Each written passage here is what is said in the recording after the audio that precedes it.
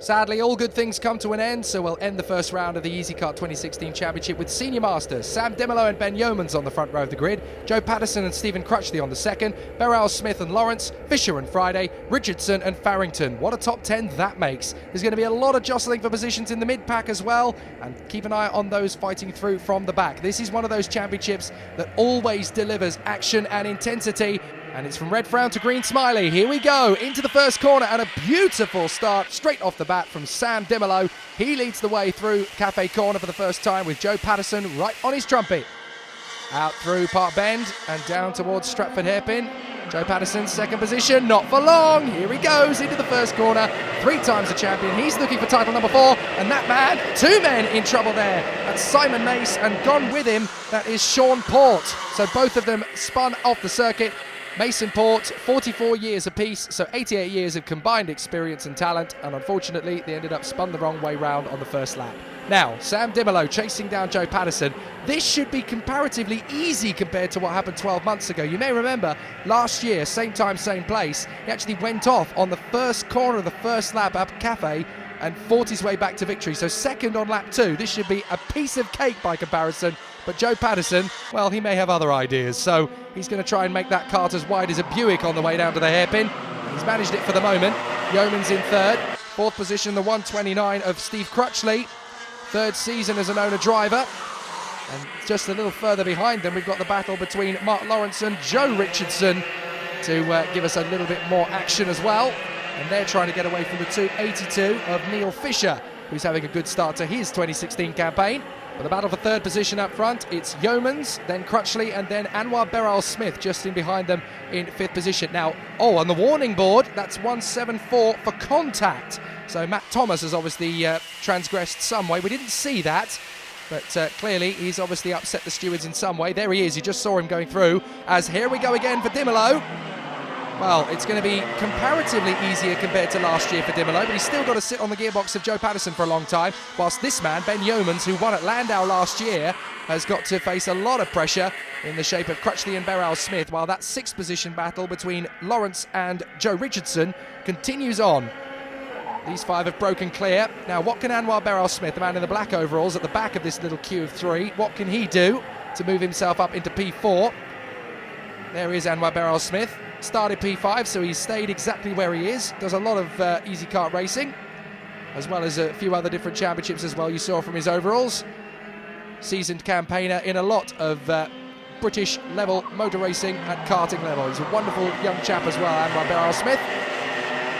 Let's see what he can do to move up into P4. Yeomans, however, is having a little bit of a job to try and keep Crutchley back, and that's tightening things up. Meanwhile, 6th position, that looks like Joe Richardson has got through at last. Yes, indeed he has. So Richardson is through. Now, Joe Patterson, a bit of a wobble through Hanger, but he hangs onto it through Wilkins. Dimolo can't get through. And Beryl Smith has another attack onto the 4th place man Crutchley, who's having to try and have a go at Yeomans at the same time, who is going defensive. There's Joe Richardson, P7, now in 6th position, won the Red Bull Kart Fight National last year, and then was invited to the World Final in Italy, where he actually got a top 10 finish. I think he was 7th in that one after fighting for the top 4, but then he got a mechanical problem and still brought it to 7th place on the world stage. Not bad going from Mr. Richardson.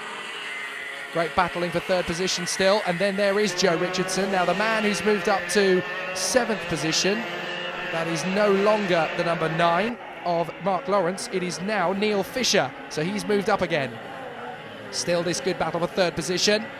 Crutchley is in between a rock and a hard place at the moment, isn't he? Because he's got Beryl Smith breathing down his neck, and he needs to attack Yeomans to stop that from happening. So he's right in the middle. Lots of good battles through the field as well. Everybody tightened together, even after a few laps. Dimolo still trying to put Patterson under pressure. What a coup that would be for Joe Patterson if he could make it 4 titles on the bounce. That really would be sensational.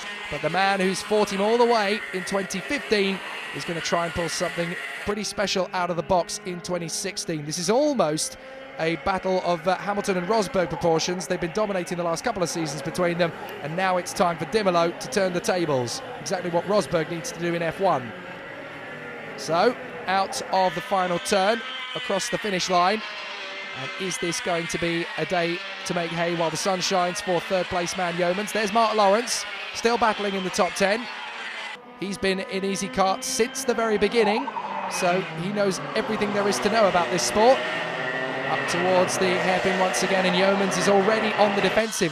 This is the thing, if you go defensive this early in the race, you're basically saying, I can't do this, I can't win. There's no chance, I can't catch the two guys up in front, so I'll just settle for third position. So he's already obviously decided the two guys up in front are far too far ahead. It would make much more sense from his and the two gents behind him's point of views to actually say, look, push me further forward, let's go after them, let's catch the two men in front. But no, he's obviously decided, well, all I can get is the third step on the podium, so try and come past me if you can, but I'm going to make it hard for you. That's what he's saying.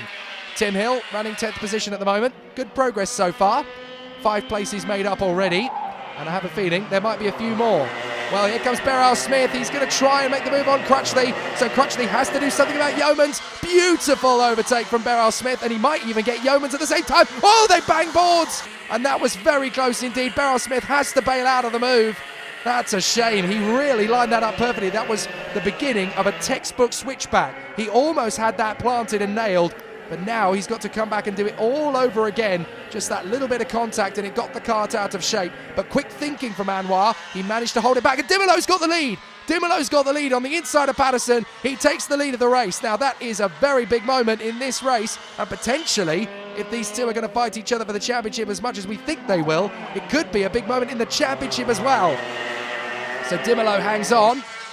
This is comparatively easier than last year's race as far as Dimolo is concerned, but he's still got to beat a 3-time champion on the bounce. Patterson again, down hanger straight, into hanger corner, very tight on the apex. Patterson's having a look to the outside of Wilkins to get the switch back on the throttle. He might even have more momentum onto Park Straight. Let's see what he tucks up the outside. Not going to get the move here. Up towards Cafe. I wouldn't be surprised if he's trying to size up a move into the right-hander of the Bruno Ferrari chicane. This is going to take a while to get this done. It's all going to depend on the exit of the hairpin, but look at the gap back to third place. Yeomans still a long way back, and Anwar Beryl Smith tries on Crutchley again. He's right round the outside of the hairpin this time. Uses a lot of curb, and into the fight comes Joe Richardson in 6th position. Up the inside, James English there, losing a place to the 193 as Jake Wright-Rowell goes through. Now is Yeomans actually pulling away a little bit from these two? There's definitely a tiny gap developing. Well, it just disappeared because Richardson is now closing in on all 3 of them. Dimolo still leads from Patterson. Oh, Yeomans is basically flowing the white flag here. I can't catch the leaders. Try and hold this 3rd position for all you're worth. Patterson tries again on Dimolo. Down to the braking zone for the hairpin, and Dimolo looks very comfortable out in front actually. But he wants the lead from the front. Patterson in 2nd place. Here's Yeomans. Beryl Smith's got a good run out of the hairpin this time. But again, he has to surrender it.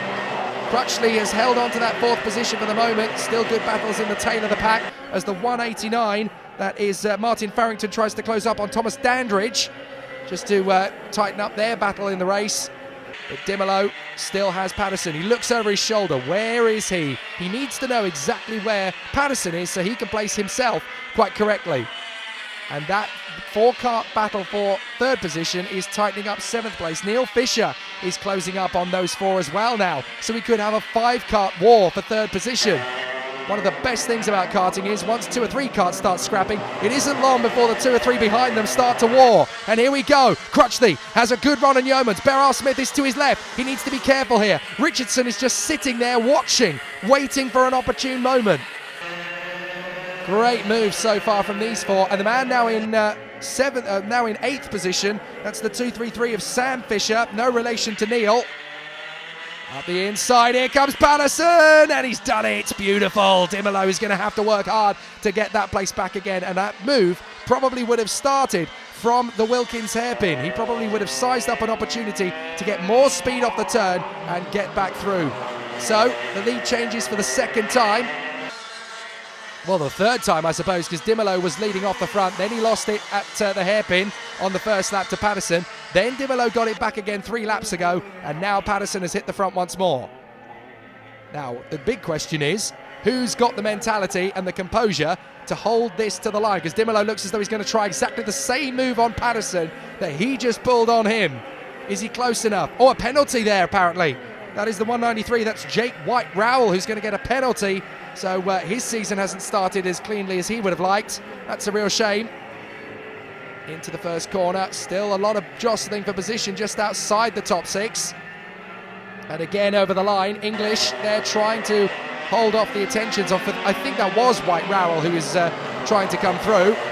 Beryl Smith again tries a good move, and again Crutchley has to defend, and again Richardson closes up. It's like Groundhog Day, this race. Every lap is identical. They're all pushing each other to the absolute limit of adhesion here and closing up on all of them. The 282, Neil Fisher with Sam Fisher not far away. They are gaining a lot of ground here. Here comes Dimolo again, swarming all over the back of Patterson. My word, that was like an angry bee trying to protect the hive there as he swarmed onto the tail of Patterson.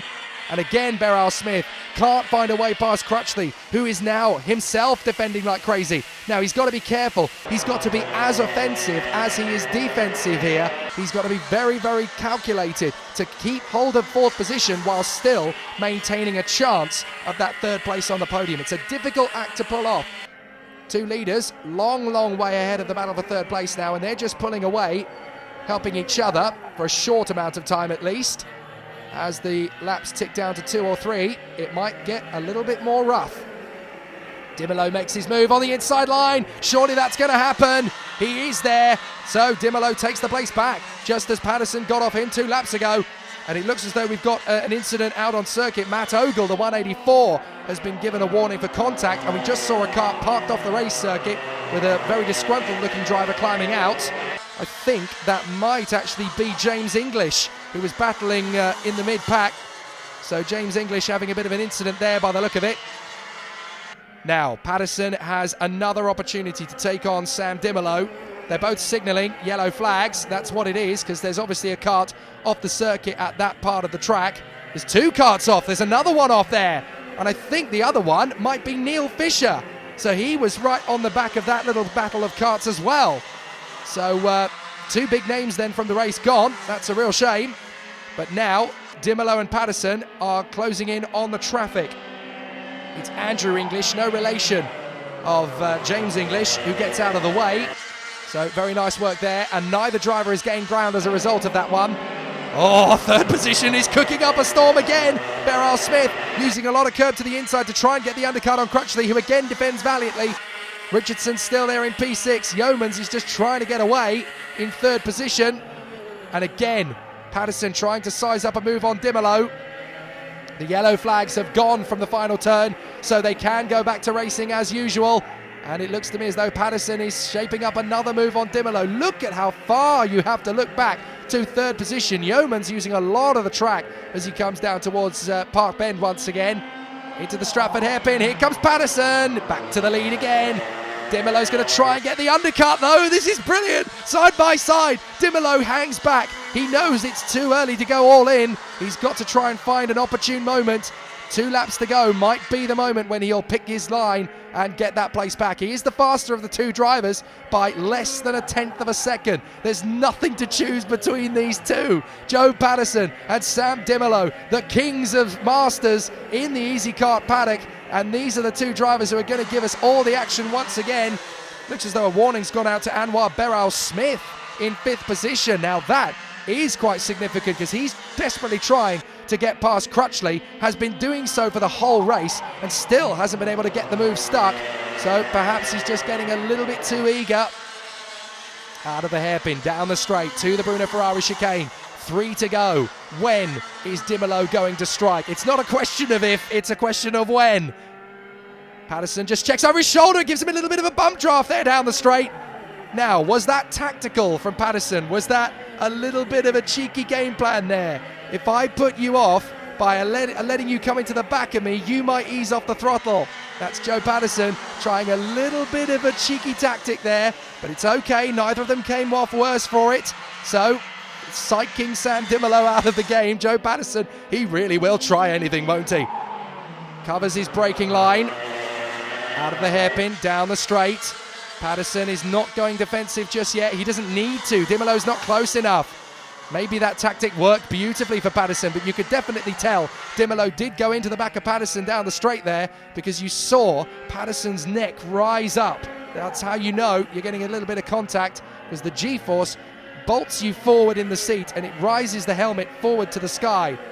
So now, with 1 lap to go, Patterson has got the width, well, the length of 2 karts now between himself and De Mello. Did that little tactic buy him the victory? I think it might have done. De Mello might struggle to get close to him, but there's only 1 lap to decide it, and De Mello won't like that tactic at all. He comes very wide out to the hairpin, trying to get the undercut again, and I have to say that might have been his one chance to make it happen.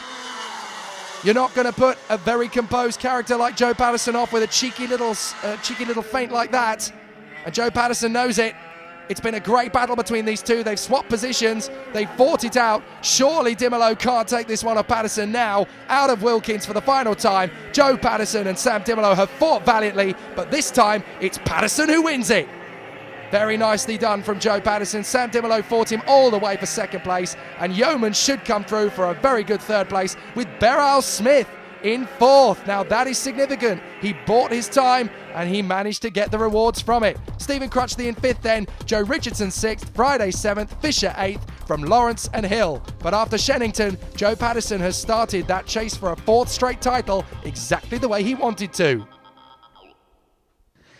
Hey, as I've just been saying, I mean, look, it's okay, yeah, I got it wrong again. I always get it wrong with you, don't I? So you are triple reigning champion in this class, and so coming back here for a 4th time, and that last race, let's just talk about that last race, because that was really good racing between you and your all-in mate, Sam, shall I say? We obviously started 3rd and just needed a good run. We didn't know how it was going to play out with the tyres, because in the pre-final we don't know exactly what happened with the tyre. We might have delaminated, but we done well to held on to 3rd. But no, I just thought, right, let's just get to the front and try and hold it there, and we did, and we gave each other respect, which it should be, and we done nice clean racing, but in the end we come out on top, and hopefully we can carry it on through the year. Absolutely. No. I heard about the tyre, actually, and I heard about it after the race. I thought it was just you losing a bit of power or something at some point, but yeah, it was the tyre. But you've come through, and you've won round 1. We're moving on now to Teesside, Joe. Yeah. Well, I don't know, we've done 3 rounds, I think we've done since I've started, and we've qualified pole in every race, won the pre, every heat, every pre, every final. I think we've got that record for lights and heavies, but obviously the lights is going to obliterate that with the new tyres. But hopefully we can keep our consistency there and keep winning there, and look on through the rest of the season. Absolutely. I know Teesside is your favourite circuit, so to come away from here with a race win and all of those points in the bag, that just shows for as long as the kart performs for you. And I know that John, your mechanic, is top hole at that one. It looks like you're going to be one to catch at Teesside as well. What do you reckon? Oh yeah, definitely, 100%. 100%. Masters title campaign number 4 starts perfectly for Joe Patterson. He's 6 points clear of Ben Yeomans with Sam De Mello, Anwar Beryl Smith, Stephen Crutchley and Sam Fisher waiting in the wings. It should be a cracking year for Easykart all round in 2016, but can anybody beat Patterson in the Masters? Well, they'll find out when the championship moves to Teesside. We'll be back with the cameras later in the year at Ella Park. Head to the website easykart.co.uk and maybe you'll be on the grid next time.